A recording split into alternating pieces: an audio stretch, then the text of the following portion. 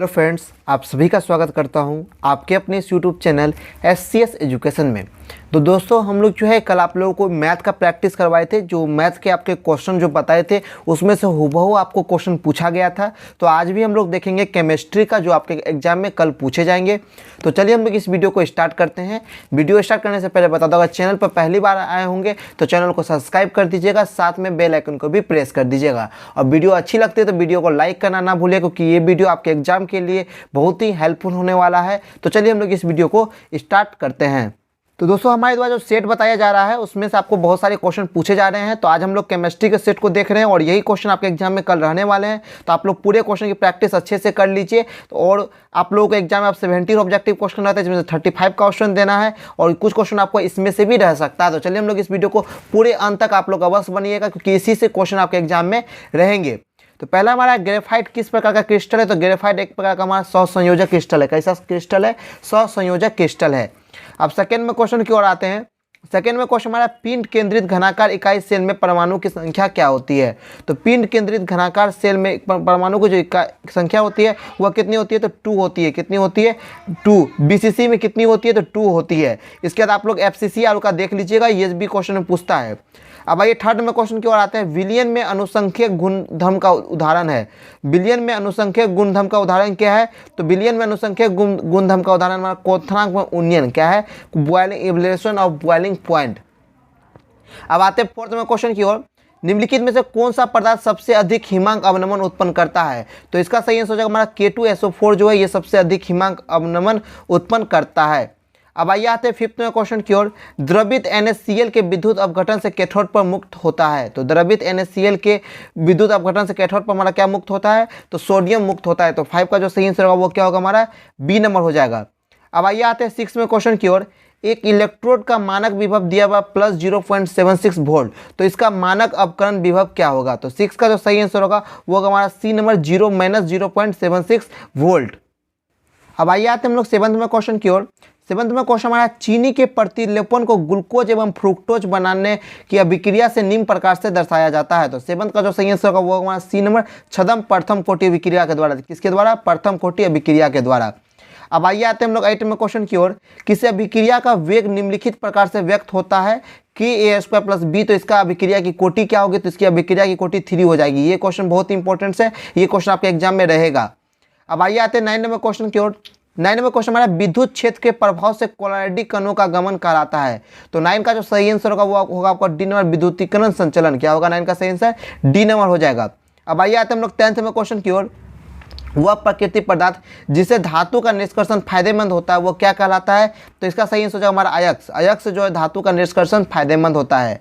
अब आइए आते हैं हम लोग 11 में क्वेश्चन की ओर। साइनाइड विधि द्वारा प्राप्त होता है। तो साइनाइड विधि द्वारा सिल्वर प्राप्त होता है। क्या होता है?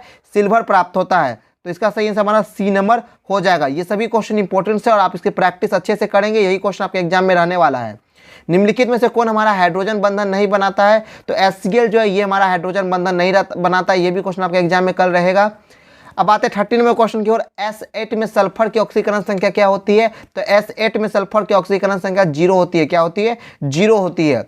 अब 14 में क्वेश्चन की ओर आते हैं। निम्नलिखित यौगिकों में सबसे प्रबल अम्ल है। तो इसका सही आंसर हो जाएगा हमारा HI। HI जो है ये सबसे प्रबल अम्ल होता है। अब आइए 15 में क्वेश्चन की ओर आते हैं। गोताखोरी में शोषण हेतु यंत्रों में किन गैसों का मिश्रण प्रयुक्त होता है? तो 15 का जो सही आंसर होगा वो C नंबर होगा, helium plus oxygen plus nitrogen. इसका सही आंसर 15 का हमारा C नंबर हो जाएगा। अब 16 में क्वेश्चन की ओर आते हैं। संक्रमण तत्वों के स्थान आवर्त सारणी में के अंतर्गत है। तो संक्रमण तत्व को हम लोग D ब्लॉक B एलिमेंट कहते हैं। तो इसका सही आंसर हमारा C नंबर हो जाएगा। अब आइए आते हैं 70 में क्वेश्चन की ओर। निम्नलिखित में से कौन प्रथम संक्रमण तत्वों की श्रेणी का सदस्य नहीं है? तो Mg जो है ये प्रथम संक्रमण तत्वों के श्रेणी का सदस्य नहीं है। अब आइए आते हैं हम लोग 18 में क्वेश्चन की ओर। लैथाइड संकुचन किस तत्व के लिए उत्तरदायी होता है? तो लैथाइड संकुचन जो है Zr तथा HF के त्रिज्या लगभग समान है। अब आते हैं 19 में क्वेश्चन की ओर। निम्नलिखित संक्रमण धातु में आयनों में कौन प्रतिचुंबकीय होता है? तो इसका सही आंसर हो जाएगा हमारा D नंबर Zn2+। अब बढ़ते हैं 20 में क्वेश्चन की ओर। जटिल आयन CuNH342+ की संरचना वर्गतलीय है। तो उस जटिल आयन में Cu2+ का प्रसंस्करण क्या है? तो 20 का जो सही आंसर होगा वो होगा हमारा C नंबर DsP2। क्या हो जाएगा? DsP2। अब 21 में क्वेश्चन की ओर आते हैं। PTCT C2H4Cl3 माइनस Pt में ऑक्सीकरण की संख्या क्या है? तो 21 का जो सही आंसर होगा वो होगा हमारा बी नंबर +2। क्या होगा? +2। अब बढ़ते 22 नंबर क्वेश्चन की ओर। सेकेंडरी ब्यूटेलैक का आयुपिक नाम है, सेकेंडरी ब्यूटल क्लोराइड का आयुपिक नाम है, तो इसका सही आंसर हो जाएगा हमारा 2 नंबर 2 क्लोरोब्यूटेन। क्या हो जाएगा? 2 क्लोरोब्यूटेन। 22 का जो सही आंसर होगा वो होगा हमारा बी नंबर। अब आते हैं 23 नंबर क्वेश्चन की ओर। निम्नलिखित में से किस विधि द्वारा प्राइमरी, सेकेंडरी और टर्सरी अल्कोहल में विभेद किया जाता है? ये बहुत ही इंपॉर्टेंट क्वेश्चन है, ये आप लोग को सेंटअप में भी पूछा था और बोर्ड के लिए भी इंपॉर्टेंट है, तो इसका सही आंसर डी नंबर हो जाएगा। क्या हो जाएगा? डी नंबर हो जाएगा। अब बढ़ जाए 24 नंबर क्वेश्चन की ओर। निम्नलिखित में से किसका प्रयोग निश्चेतक के रूप में होता है? तो 24 का जो सही आंसर होगा वो ए नंबर हो जाएगा, क्लोरोफॉर्म का। किसका? क्लोरोफॉर्म का। अब आता है 25 नंबर क्वेश्चन की ओर। कैल्शियम एसीटेट को गर्म करने से निम्नलिखित में से कौन प्राप्त होता है? तो कैल्शियम एसीटेट को गर्म करने पर एसीटोन प्राप्त होता है। कौन सा तत्व प्राप्त होता है? एसीटोन। अब बढ़ते 26 में क्वेश्चन की ओर। अल्कोहल में कौन रहता है? तो वो अल्कोहल में हमारा OH क्रियाशील मूलक रहता है। कौन सा मूलक रहता है? OH क्रियाशील मूलक। तो इसका सही आंसर हमारा ए नंबर हो जाएगा। अब 27 में क्वेश्चन की ओर आते हैं। निम्नलिखित में से कौन एल्डिहाइड और कीटोन में विभेद कर सकता है? तो इसका सही आंसर हो जाएगा हमारा ए नंबर, फ्लेमिंग विलियन जो है ये एल्डिहाइड और कीटोन में विभेद कर सकता है। अब 28 में क्वेश्चन की ओर आते हैं। प्राइमरी एमीन की क्रियाशील मूलक को निम्नलिखित में से कौन है? प्राइमरी एमीन की क्रियाशील मूलक निम्नलिखित में से कौन है? तो 28 का जो सही आंसर होगा वो होगा बी नंबर -NH2। क्या हो जाएगा? B number -NH2। अब 29 में क्वेश्चन की ओर आते हैं। तनु एवं अल्प क्षारीय KMnO4 के घोल को कहा जाता है। तो 29 का जो सही आंसर होगा वो सी नंबर होगा, वेयर अभिकर्मक। क्या कहा जाता है? वेयर अभिकर्मक कहा जाता है। अब 30 नंबर क्वेश्चन की ओर बढ़ते हैं। फिनॉल के जस्ता को चून के साथ उबालने पर निम्नलिखित में से क्या बनता है? तो 30 का जो सही आंसर होगा वो होगा बेंजीन। अब 31 नंबर क्वेश्चन की ओर आते हैं। कार्बोक्सिलिक अम्लों की अभिक्रियाशील मूलक है। कार्बोक्सिलिक अम्लों की अभिक्रियाशील मूलक क्या है? तो इसका सही आंसर हो जाएगा सी नंबर -COOH। अब आते हैं 32 नंबर क्वेश्चन की ओर। एक कार्बनिक यौगिक की अभिक्रिया NaSCO3 के समतीव्र विलयन से कराने पर फटफटाहट होती है, तो यह निम्नलिखित में से कौन सा यौगिक है? तो 33 का सही आंसर हमारा बी नंबर हो जाएगा, एल्कीन। 32 का जो सही आंसर होगा वो होगा सी नंबर, एसिटिक अम्ल। क्या हो जाएगा? एसिटिक अम्ल इसका सही आंसर हो जाएगा। 32 का जो सही आंसर होगा वो क्या हो जाएगा हमारा? सी नंबर, एसिटिक अम्ल। अब आता है 33 में क्वेश्चन की ओर। ईस्टर को निम्नलिखित में से किस सूत्र के द्वारा व्यक्त किया जाता है? तो ईस्टर को RCOOR द्वारा व्यक्त किया जाता है। ये भी इंपॉर्टेंट क्वेश्चन है। अब बढ़ते 34 में क्वेश्चन की ओर। नाइट्रो एल्केन में अवकलन से बनता है। नाइट्रो एल्केन के अवकलन से क्या बनता है? तो 34 का जो सही आंसर होगा वो होगा हमारा प्राइमरी एमीन। क्या होता है? प्राइमरी एमीन इसका सही आंसर होगा। अब 35 में क्वेश्चन की ओर आते हैं। DNA तथा RNA के समान भस्म उपस्थित है। DNA और RNA के तरह समान भस्म किस में उपस्थित है? तो इसका सही आंसर होगा हमारा बी नंबर। अब आता है 36 में क्वेश्चन की ओर। 36 में क्वेश्चन हम लोग का निम्नलिखित में से कौन साधारणतः मानव शरीर का द्वारा नहीं बनाए जाते हैं? इसमें से कौन जो है ये मानव शरीर के द्वारा नहीं बनाया जाता? तो विटामिन जो है ये मानव शरीर के द्वारा नहीं बनाए जाते हैं। 37 में क्वेश्चन की ओर आते हैं। निम्नलिखित में से किस बहुलक में एमाइड बंद होता है? तो 37 का जो सही आंसर होगा वो होगा ए नंबर, नायलॉन 66 में एमाइड बंद होता है। एमाइड बंद होता है। अब आता 38 नंबर क्वेश्चन की ओर। ऑर्लोन एक बहुलक है। ऑर्लोन एक किसका बहुलक है? तो इसका सही आंसर हो जाएगा हमारा बी नंबर। अब आता 39 में क्वेश्चन की ओर। निम्नलिखित में से कौन हमारा कृत्रिम मीठा अभिकर्ता है? तो 39 का जो सही आंसर होगा वो होगा डी नंबर। इनमें से सभी जो है ये कृत्रिम अभिकर्ता है, मीठा अभिकर्ता है। अब आते हैं 14 में क्वेश्चन की ओर। निम्नलिखित में से कौन सी दवा बुखार को कम करता है? तो बुखार को जो कम करता है उस दवाई का क्या नाम है? एंटीबायोटिक। क्या है? एंटीबायोटिक दवाई जो है हम लोग बुखार को कम करने के लिए यूज करते हैं। 41 नंबर क्वेश्चन की ओर आते हैं। निम्नलिखित में से कौन हमारा द्वितीयक सेल है? तो लेड स्टोरेज बैटरी जो है ये हमारा द्वितीय सेल है। तो 41 का जो सही आंसर हो जाएगा वो हो जाएगा बी नंबर। अब 42 नंबर क्वेश्चन की ओर आते हैं। अधिशोषण की प्रक्रिया है। अधिशोषण हमारा किस प्रकार की प्रक्रिया है? तो अधिशोषण हमारा जो है पृष्ठीय घनत्व की प्रक्रिया। कैसी घटना है? पृष्ठीय घनत्व की, पृष्ठीय घटना है। अब आता है 43 नंबर क्वेश्चन की ओर। निम्नलिखित में से सबसे प्रबल अम्ल कौन सा है? तो इसमें से सबसे प्रबल अम्ल है वो है हमारा बी नंबर। कौन सा है? बी नंबर है। इसका सही आंसर डी नंबर हो जाएगा, CL3CCOOH। ये जो हमारा ये सबसे प्रबल अम्ल है। 43 का जो सही आंसर होगा वो होगा हमारा डी नंबर। क्या हो जाएगा? डी नंबर हो जाएगा।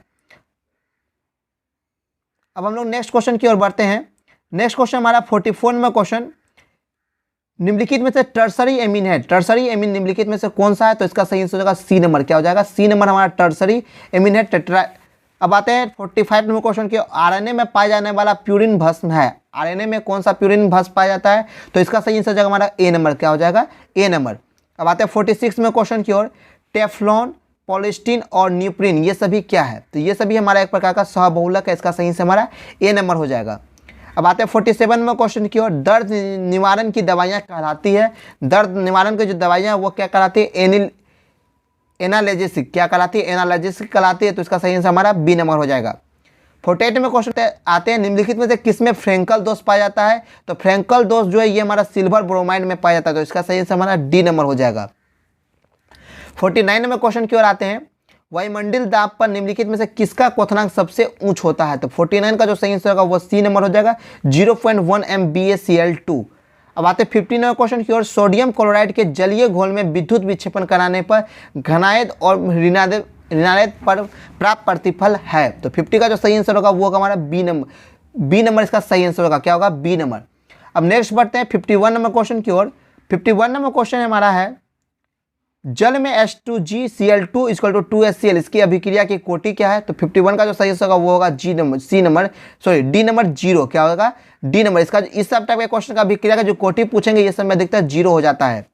अब आते हैं 52 नंबर क्वेश्चन की ओर। किस गैस के ठोस सतह पर अधिशोषण का मात्रा निर्भर करती है? तो 52 का जो सही आंसर होगा वो होगा डी नंबर। उपयुक्त सभी गैसों पर जो है अधिशोषण की मात्रा निर्भर करती है। आते 53 में क्वेश्चन की ओर। कच्चा लोहा में अशुद्धि के रूप में निम्नलिखित में से कौन सा तत्व अधिक मात्रा में उपस्थित रहता है? तो इसका सही आंसर हो जाएगा 53 का हमारा सी नंबर। क्या होता है? कार्बन जो है ये सबसे अधिक रहता है। अब बढ़ते हैं अपने 54 नंबर क्वेश्चन की ओर। निम्नलिखित में से कौन सा ऑक्साइड उभयधर्मी है? इसमें से कौन सा ऑक्साइड हमारा उभयधर्मी है? तो ZnO जो है ये हमारे एक प्रकार का उभयधर्मी ऑक्साइड है। अब आते 55 में क्वेश्चन की ओर। निम्नलिखित में से सबसे प्रबल लिविस अम्ल कौन सा है? तो सबसे प्रबल लिविस अम्ल इसमें Bi3 है। क्या है? Bi3। तो इसका सही आंसर हमारा डी नंबर हो जाएगा। अब आते 56 में क्वेश्चन की ओर। हीलियम का मुख्य स्रोत क्या है? तो हीलियम का मुख्य स्रोत मोनाजाइट है। क्या है? मोनाजाइट है। ये सभी इंपॉर्टेंट क्वेश्चन है। आते 57 में क्वेश्चन के निम्नलिखित में से कौन उपधातु है? तो इसका सही आंसर हो जाएगा 57 का हमारा बी नंबर। Sb जो है ये हमारा एक प्रकार का उपधातु है। अब आते 58 में क्वेश्चन की ओर। SO2 अणु में S परमाणु का प्रसंस्करण है। तो 58 का जो सही आंसर होगा वो होगा बी नंबर sp2। हम नेक्स्ट क्वेश्चन की ओर आते हैं। 59 में क्वेश्चन हमारा है S3PO3 एक है। तो S3PO3 हमारा क्या है? तो S3PO3 एक प्रकार का हमारा द्विभाषमिक एसिड है, डाइबैसिक एसिड है। ये सभी इंपॉर्टेंट क्वेश्चन है। अब आते हैं 16 में क्वेश्चन की ओर। मर्क्यूरियस आयरन का सूत्र है। मर्क्यूरियस आयरन का सूत्र क्या है? तो 60 का जो सही आंसर होगा वो होगा बी नंबर Hg2+। अब 61 में क्वेश्चन की ओर आते हैं। एयु धातु में ऑक्सीकरण संख्या है। एयु धातु का ऑक्सीकरण संख्या क्या है? तो 61 का जो सही आंसर होगा वो होगा +1 और +3 ये दोनों होता है एयु का मेटल नंबर। अब आते 62 नंबर क्वेश्चन की ओर। 62 नंबर क्वेश्चन हमारा K4FeCN6 में Fe का प्रसंस्करण क्या है? तो 62 का जो सही आंसर होगा D2sp3। अब आते हैं 63 नंबर क्वेश्चन की ओर। एथिल क्लोराइड में AgCN के साथ गर्म करने पर प्राप्त होता है। तो 63 का सही आंसर हो जाएगा हमारा एथिल साइनाइड। क्या हो जाएगा? Ethyl cyanide. अब आते हैं 64 नंबर क्वेश्चन की ओर। एथिल अल्कोहल के साथ किस यौगिक की अभिक्रिया से एथिल ब्रोमाइड बनता है? तो 64 का जो सही आंसर होगा वो सी नंबर होगा Br2। अब आते हैं 65 नंबर क्वेश्चन की ओर। सोडियम एथाऑक्साइड और ब्रोमेट अभिक्रिया करके क्या देते हैं? तो 65 का जो सही आंसर होगा वो हो जाएगा आपको सी नंबर डाइथिल ईथर। अब आते हैं 66 नंबर क्वेश्चन की ओर। C4H10O में कितने अवयवी ईथर प्रदर्शित होते हैं? तो 66 का जो सही आंसर होगा वो होगा आपको ए नंबर 3। क्या हो जाएगा? 3। अब आते हैं 67 में क्वेश्चन की ओर। निम्नलिखित यौगिकों में किस पर इलेक्ट्रॉन श्रेणी द्वारा तुरंत आक्रमण होता है? तो 67 का जो सही आंसर होगा वो होगा सी नंबर फिनॉल। अब आते हैं 68 में क्वेश्चन की ओर। निम्नलिखित में से किसका उपयोग फॉर्मुलिन के रूप में होता है? तो 68 का जो सही आंसर होगा वो होगा ए नंबर SCHO का। अब आते हैं 69 में क्वेश्चन की ओर। वह कार्बोक्सिलिक अम्ल जो टॉलेंस अभिकारक को अपकृत करता है वो क्या है? तो 69 का जो सही आंसर होगा वो ए नंबर हो जाएगा SCOOH। अब आते हैं 17 में क्वेश्चन की ओर। क्लोरेल का सूत्र है। क्लोरेल का सूत्र क्या है? तो इसका सही आंसर हो जाएगा हमारा सी नंबर CCl3CHO। ये हमारा क्लोरेल का सूत्र है। तो आप लोगों का 17 ऑब्जेक्टिव का सॉल्यूशन आप लोग इस वीडियो में देख चुके हैं और ये 70 ऑब्जेक्टिव आपके एग्जाम के लिए बहुत ही इंपॉर्टेंट है। तो आप सभी इसका प्रैक्टिस कर लेंगे और इसका प्रैक्टिस करके जाएंगे क्योंकि मॉडल सेट से आजकल आपके एग्जाम में क्वेश्चन पूछे जा रहे हैं बहुत ज़्यादा। और आप लोगों का सब्जेक्टिव क्वेश्चन का सजेशन जिन जिन स्टूडेंट को चाहिए वो नीचे कमेंट बॉक्स में कमेंट कीजिए कि किन किन स्टूडेंट को सब्जेक्टिव क्वेश्चन का सजेशन चाहिए, क्योंकि मैंने जब फिजिक्स का सजेशन दिया था शॉर्ट टाइप में तो आपका हुबहू पूछा गया था, उसी टाइप से आपका केमिस्ट्री में भी पूछे जाने की संभावना है। तो जिन भी स्टूडेंट्स को चाहिए वो नीचे जो है कॉमेंट सेक्शन में कॉमेंट कीजिए, मैं आपको उसका लिंक प्रोवाइड करवा दूंगा ताकि आप लोग उसकी तैयारी कर लीजिएगा। तो मिलते हैं एक नई वीडियो के साथ, तब तक के लिए बाय। चैनल को सब्सक्राइब करना ना भूलें ताकि कोई भी अपडेट आए तो आप तक सबसे पहले पहुंच सके।